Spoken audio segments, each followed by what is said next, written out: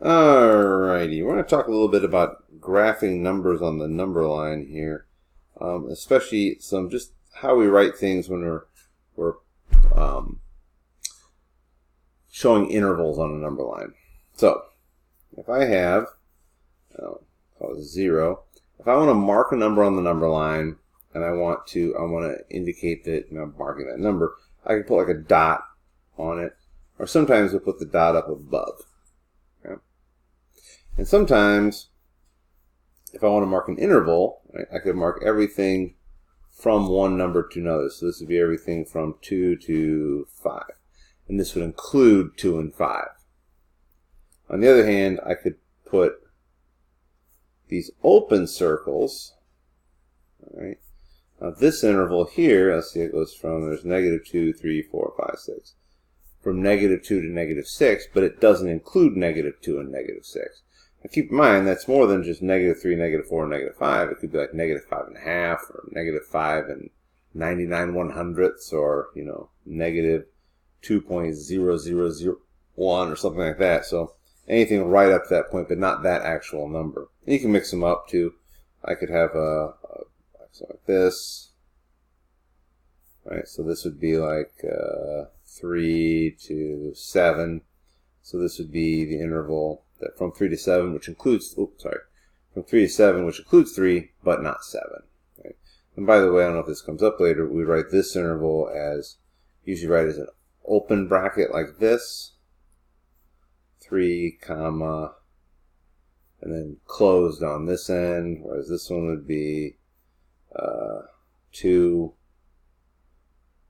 5, closed on both ends, and this one would be -6, -2, open on both ends. So just as a heads up. So let's graph a couple things. Let's see, let's graph everything that's exactly 2 units from the number 4. So let's see, I'll put 0 here, 1, 2, 3, 4 is right here. So this number here, 6, and 4, 3, 2, this number here, 2. So I plotted every number that is 2 units exactly from 4. I suppose I could mark all the numbers. I usually avoid that. I don't mark every single number on the number line. Typically I go like 1, 2, 3, 4. I just put a tick mark at 5, 1, 2, 3, 4. Tick mark at 5, 1, 2, 3, 4. Tick mark at 5. You don't have to write all the numbers down. It just gets confusing. So from 2 to 6. Next, let's do all the numbers that are, let's see, more than 2 units from 4. Right, so let's see, I'll put my 0 here, 1, 2, 3, 4, here's the 5. So more than,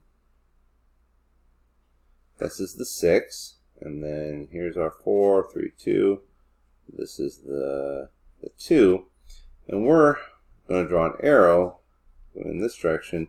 This covers everything that's more than 2 units.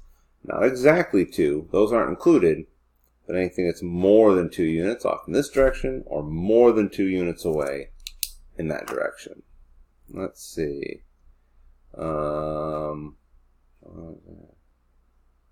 so let's do everything that is, let's see, x would be every number that is less than or equal to 2, but greater than -1. So here's 0, and then 1, 2, 3, 4, 5, 1, 2, 3, 4, 5. So it's greater than -1, but not equal to -1. So -1 is an open circle, and this is less than or equal to 2, so it could include 2. So 2 is a filled-in circle, so x can be anything in here, including the 2. Oops. Including the 2, but not the -1. Let's see. And let's do one more. Let's do all the numbers that are less than 6 units from 0. Let's see. So here's 0. And 1, 2, 3, 4, 5. 1, 2, 3, 4, 5. So everything that's less than 6 units from 0. So by the way, that would be everything that has an absolute value that is less than 6, right? So let's see, and that would not include 6, because it's not less than or equal to. And it doesn't include negative 6 because not less than or equal to. But it does include everything in the middle. So it's everything that is closer to 0 than 6 units. Everything that has an absolute value that's less than 6. So for example, negative 1 or negative 2 have an absolute value of 1 or 2, less than 6.